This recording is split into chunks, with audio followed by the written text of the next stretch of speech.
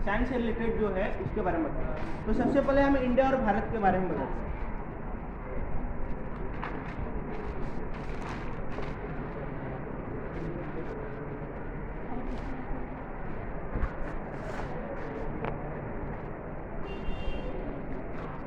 यहाँ पे क्या दिया है कि भारत और इंडिया, हमें पता है कि इंडिया और भारत एक ही है। हमारे भारत के चार नाम है, इंडिया, भारत, हिंदुस्तान और आर्यभट्ट। लेकिन मैं अपना ओपिनियन दूंगा कि आज के समय में जो हमारी ये जो सोशल वेबसाइट है, रिपोर्टर है, न्यूज़ है, ये लोगों को क्या ये दिखाना ज़रूरी है? और भी हमारे इंडिया में बहुत सारे केसेस है, जैसे कि अभी रिसेंटली में मणिपुर में हुआ था, वो दिखा सकते हैं और बहुत सारे वायलेशन होते हैं। लेकिन नहीं, उनको थोड़ा इंटरेस्टिंग चीज़ दिखाना है ताकि लोग उनके साथ अट्रैक्ट हो। अभी इंडिया और भारत ने, मुझे तो नहीं लगता है कि इसमें कुछ राय परामर्श वाली बात है। इससे पहले मैं आपको बता दूँ, एक हमारे जम्मू एंड कश्मीर में आर्टिकल था 370, जो कि प्रधानमंत्री जी हमारे 2015 में जब बने थे, पीएम का पोस्ट उन्हें मिला था, तो उन्होंने उसको हटाया था। ठीक है, वो एक डिस्कशन के लिए टॉपिक था। लेकिन इंडिया और भारत में क्या है, यहाँ पे ये दिया गया है कि इंडिया और भारत को रिप्लेस करेंगे। जैसे कि हमारे इंडिया का फर्स्ट सिटीजनशिप हमारे प्रेसिडेंट है। प्रेसिडेंट जब किसी को इन्विटेशन देते तो लिखते हैं प्रेसिडेंट ऑफ इंडिया, ना कि प्रेसिडेंट ऑफ भारत। अभी अगर इंडिया को हटा दिया जाएगा और भारत को ला दिया जाएगा तो सभी जगह भारत, प्रेसिडेंट ऑफ भारत, मैं भारत का रहवासी हूँ। अभी देखिए 26 जनवरी, 15 अगस्त, ये इन दिनों में हम बोलते हैं कि भारत माता की जय, इंडिया माता की जय हम नहीं बोलते हैं। तो कुछ मतलब थोड़ी बहुत बात है, लेकिन इंडिया और भारत में कुछ वाद विवाद तो नहीं हो जाना चाहिए। क्योंकि अगर आप इंडिया रखो, भारत रखो, हिंदुस्तान रखो, देखो इंडिया के सिटीजनशिप सब वही रहेंगे, इंडिया की कॉन्स्टिट्यूशन वही रहेगी। लेकिन यहाँ पे किस हिसाब से दिया है कि लोग नहीं, मतलब कि यहाँ पे देखे कुछ इंटरेस्टिंग इसमें है ही नहीं। यहाँ पे बोला गया है कि जम्मू कश्मीर का, जैसे आपको मैंने बताया 370 को हटाया गया था, तो उन लोग डिबेट कर रहे थे कि नहीं हमारे साथ अत्याचार होता है, ऐसा होता है। जब 370 को हटा दिया गया तो अभी उसमें क्या हो गया, सबको फ्री हो गए। लेकिन उनका आज भी ऐसा माइंड है कि वो बोलते कि नहीं, हमें दबाते हैं, पाकिस्तानी यहाँ पर हैं और हमें फ्री आज़ादी हमारे पास नहीं है। तो वो 370 मतलब जम्मू कश्मीर की बात है। अगर मैं इंडिया और भारत की बात करूँ तो यहाँ पे बोला है कि इंडिया, ये जो वर्ड है ये आपका आया है लैटिन वर्ड से, क्योंकि आप सभी को पता होगा कि ज़्यादा से ज़्यादा शब्द एक ग्रीक वर्ड से आते हैं, एक लैटिन वर्ड से। लैटिन वर्ड जो कि बीसी, आप सभी ने सुना होगा जीसस क्राइस्ट का नाम, जो कि क्रिश्चियनिटी पे बेस है। तो उनका after AD that is represent anno domini and BC represent that before Christ. तो ये जो इंडिया वर्ड है ये 440 बीसी, मतलब कि जो जीसस है उनके 440 वर्ष पूर्व आया था। और भारत जो शब्द है, आर्यभट्ट जिसे बोलते हैं, ये सिंधु नदी, जो कि आज के समय में पाकिस्तान में मौजूद है, वहाँ से लिया गया है। ये है इंडिया और भारत में डिफरेंस है।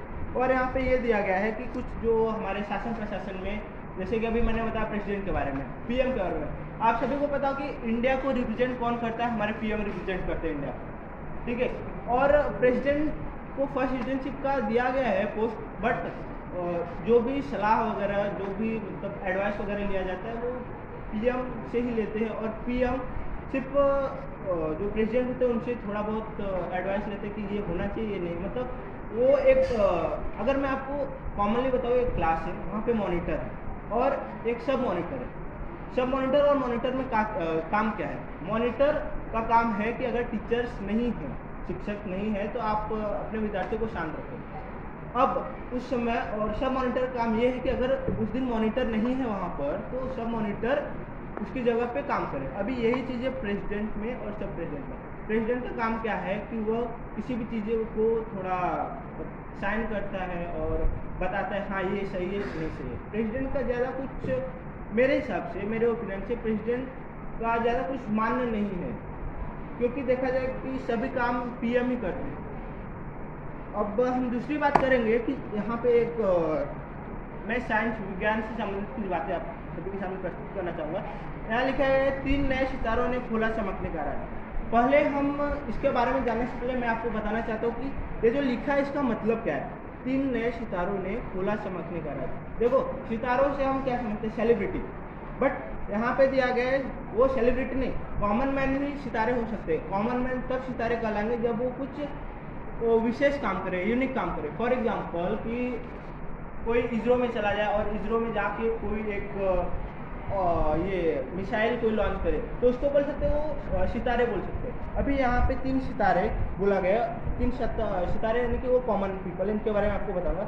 बोला है चमकने का राज। फॉर एग्जाम्पल यहाँ पे मेन पर्पज सिर्फ जो हमारे सोलर सिस्टम जो सौरमंडल है वहाँ पे कुल 8 ग्रह हैं। ग्रह चमकते हैं, सभी की अपनी अपनी खूबियाँ हैं, उनके बारे में बताया गया, मिस्ट्री के बारे में बता रहे हैं। अभी मैं आपको बता दूं कि ये जो 3 नए सितारे हैं ये कौन कौन है।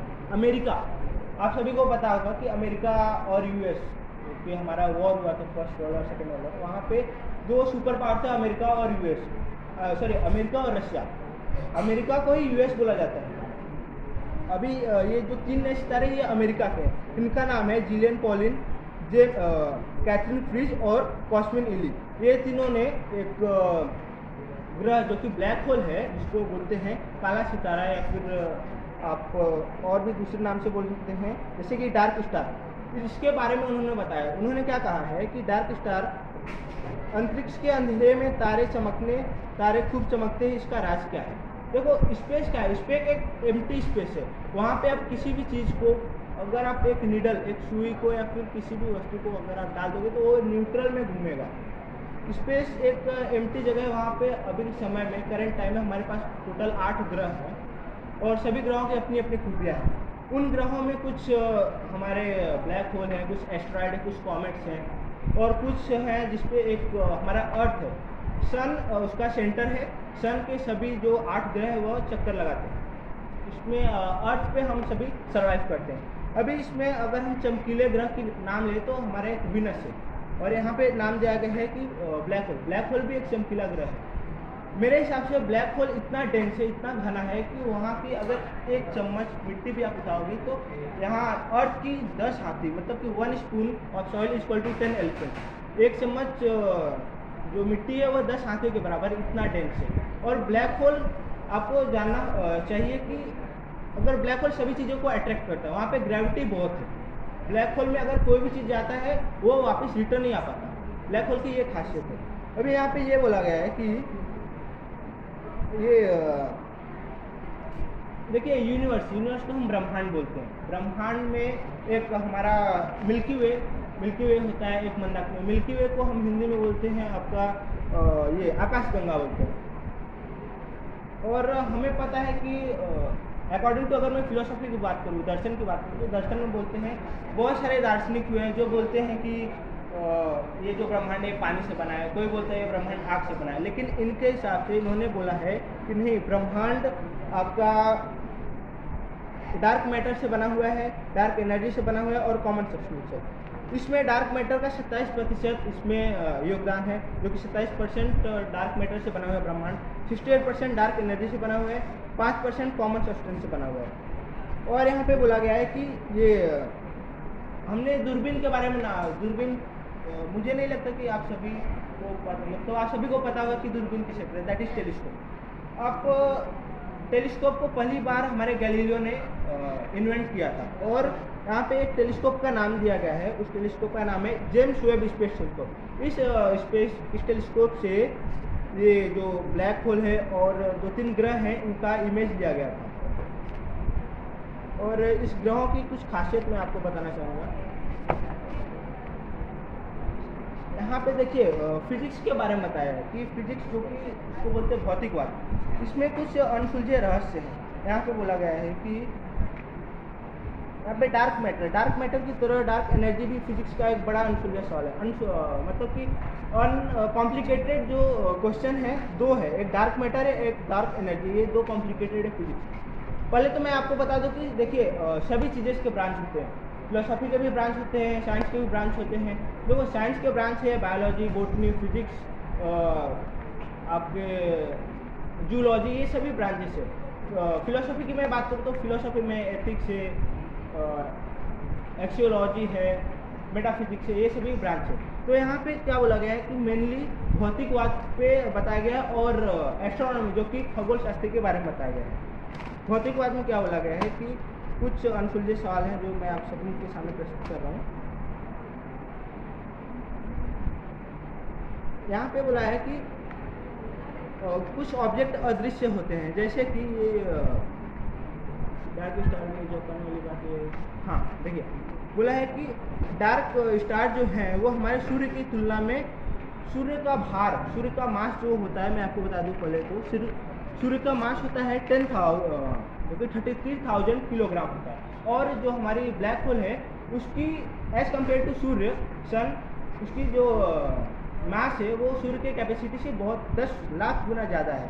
यहाँ पे सूर्य और ब्लैक होल के बारे में चर्चा किया गया है।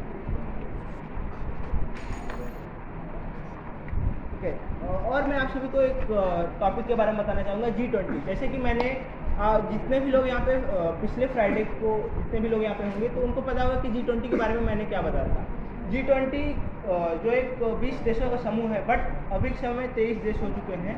G20 का होस्टिंग हर साल अलग अलग देशों को दिया जाता है। इस साल हमारे भारत देश को दिया गया है। अभी 9 और 10 सितंबर को दिल्ली में इसका आयोजन किया जाएगा, 2 दिन का इसका प्रोग्राम है। और G20 के होस्टिंग करे इंडिया में इसकी कैपिटल जो बनाई गई बिहार, जो कि बिहार की राजधानी पटना है। Patna is the capital of G20 India के मुकाबले। और यहाँ पे जब 9 और 10 सितंबर को ये जो प्रोग्राम बैठेगा तो इसमें डिस्कशन होगा हमारे व्यापार के बारे में, एजुकेशन के बारे में, इन्फ्लेशन, मतलब कि इंडिया में जो भी प्रॉब्लम्स है उसके बारे में डिस्कशन होगा। G20 की जो होस्टिंग हो रही है इंडिया कर रही है, और इसमें चाइना और रशिया, ये 2 देश है, इन 2 देशों के राष्ट्रपति नहीं आ रहे हैं। तो अगर ये 2 देशों के राष्ट्रपति नहीं आ रहे हैं तो उतना हमें कुछ इफेक्ट नहीं होगा। पर चाइना और आप सभी को पता है कि पॉपुलेशन के मामले में चाइना नंबर 1 पे है और इंडिया उससे सेकंड नंबर पर। आज के समय में इंडिया नंबर 1 पे हो गया है। तो चाइना और इंडिया कहीं ना कहीं डिबेट, मतलब एक रेस में रहते हैं। चाइना में आप देखेंगे कि जो हम प्रोडक्ट यूज़ करते हैं वो मोस्टली चाइना से हम प्रोडक्ट यूज़ करते हैं। उसका कारण क्या है कि चाइना इतना चीप, अगर मैं एक व्यापारी हूँ और चाइना का एक व्यापारी, मैं किसी चीज़ को 5 रुपये में सेल कर रहा हूँ तो चाइना उस चीज़ को 2 रुपये में सेल करेगा। तो आप सभी को पता है कि आज के समय में जितने भी जो कॉमन मैन हैं, जितने भी लोग हैं, वो सस्ता चीज़ होता है, चीप चीज़ है, उसके पीछे भागते हैं। इस वजह से चाइना को इतनी वैल्यू दी गई है। अगर मेरे हिसाब से कि देखा जाए कि अगर इंडिया में चाइना की चीज़ों को बैन कर दिया जाए ना तो चाइना की आधी से ज़्यादा भी उसकी इकोनॉमिक ना वो स्टॉप हो जाएगी, क्योंकि इंडिया में उसका ज़्यादा प्रोडक्ट सेल है। That's it, thank you.